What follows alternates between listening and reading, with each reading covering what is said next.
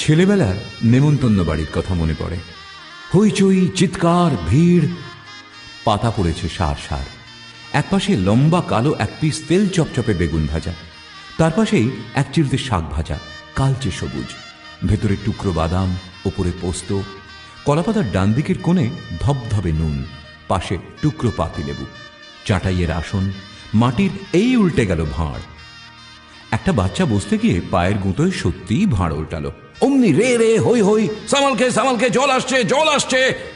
জল গড়িয়ে ডান দিক থেকে বাঁয়ে, বাঁয়ের থেকে ডানে। যারা ইতিমধ্যে বসেছেন কেউ কেউ উঠে দাঁড়ালেন। দাঁড়ান দাঁড়ান দাঁড়ান, সব ঠিক করে দিচ্ছি, সব ঠিক করে দিচ্ছি। মাতব্বর গোছের কোনো ছোট কাকা বা রাঙা মামার আবির্ভাব। এমনি নয়, একেবারে ন্যাতা হস্তেন সংস্থিতা। অপারেশন সানশাইন আবার বসা। কোমরে গামছা, ধুতি অথবা প্যান্ট পরা পাড়াতুতো দাদা ভাইদের হাতে ঝুড়ি, বালতি, গামলা। থরে থরে আসছে ফুলকো গরম লুচি, ডাল, কুমড়োর ছক্কা। আর দুটো নিন দাদা। আই গণেশ, এখানে ডালটা ঘুরিয়ে দে। শীতে ফুলকপির তরকারি, গরমে আলু পটল, মাছ, মাংস। ওরে 2 পিস মাছ দে চক্করতিদার পাতে। কি বৌদি, পাত একেবারে খালি। শ্যামল, মাংসটা এদিকে আনো বাবা। টিউবলাইটের রজনীগন্ধা আলো, সেন্টের গন্ধ, সিল্কের শাড়ি আর আদ্যির পাঞ্জাবির কড়া কাঁপ্পা মাঞ্জা।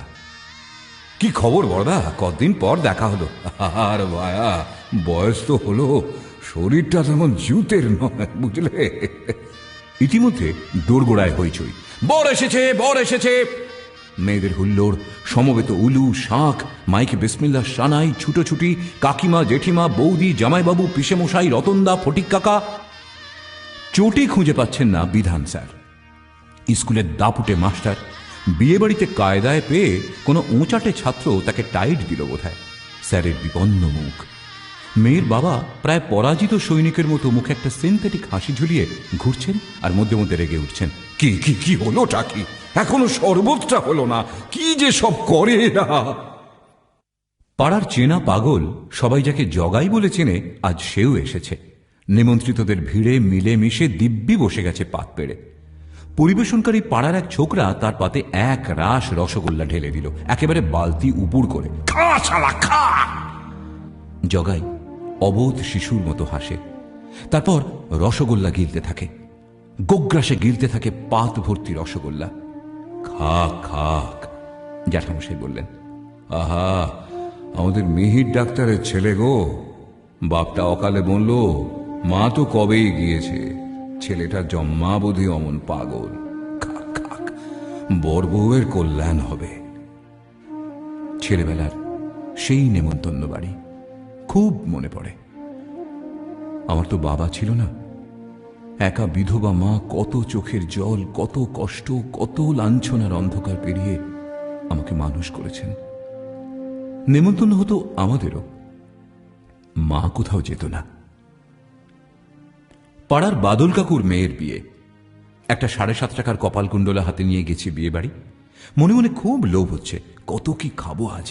বাদল কাকুদের রমরমা অবস্থা। লুচি, বেগুন ভাজা, মাছের কালিয়া, পাঁঠার মাংস, রসগোল্লা, সন্দেশ। বসে পড় বসে পড়, আর দেরি করিসনি। এরপর বরযাত্রীরা এসে পড়বে, পরের ব্যাচের জায়গাই হবে না। একজন প্রায় হাত ধরে জোর করে বসিয়ে দিল আমায় জগাইয়ের ঠিক পাশে।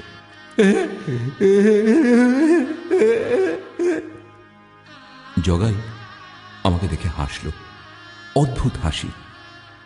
সামনের কলাপাতায় ঝপাঝপ জমা হয়ে গেল বেগুন ভাজা, লুচি, ছোলার ডাল, পর পর সবকিছু।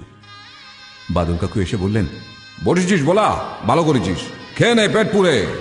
তোরা খেলেই বর বউয়ের মঙ্গল, বুঝলি। ভালো করে খা রে জগাই, পেট পুরে খা। বলতে বলতে ভিড়ে মিশে গেলেন বাদল কাকু। তোরা খেলেই বর বউয়ের মঙ্গল? তোরা খেলেই? তোরা? আমি আর জগাই?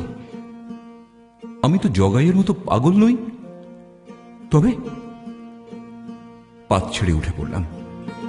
তখনও হাতে ধরা কপালকুণ্ডলা। সোজা ভিড় ঠেলে বউয়ের সামনে গিয়ে দাঁড়ালাম। গাল ভর্তি চন্দনের ফোঁটা আর গা ভর্তি গয়নায় চেনা সুনীতি হাসল। রঙিন কাগজ মোড়া কপালকুণ্ডলা তার হাতে তুলে দিয়ে কোনো দিকে না তাকিয়ে চলে এলাম। বাড়ি আস্তে আস্তে ভাবছিলাম, জগাই আর আমি খেলে সুনীতিদি আর তার বরের মঙ্গল। আমরা দুজন কিসে এক? আমি আর জগাই। বাড়ি ফিরতেই মা বলল, বর কেমন হয়েছে রে? বইটা দিয়েছিস তো? কি কি খেলি রে ভোলা? আমি উত্তর না দিয়ে জিজ্ঞেস করলাম, মা, পাগল জগাই আর আমি এক কিসে? মা অনেকক্ষণ কোনো কথা বলল না, চুপ করে কত কি ভাবল। তারপর কাছে এসে মাথায় হাত রেখে বলল, তুই না খেয়ে চলে এসেছিস না রে ভোলা? আমি চুপ করে রইলাম। মা ডাকল, ভোলা, ভোলা, রান্নাঘরে ও বেলার ভাত আছে বাবা, জল দিয়ে ভিজিয়ে রেখেছি, আয় আয়, আমরা মা বেটাতে কাঁচা লঙ্কা দিয়ে নেমন্তন্ন খাই, আয়।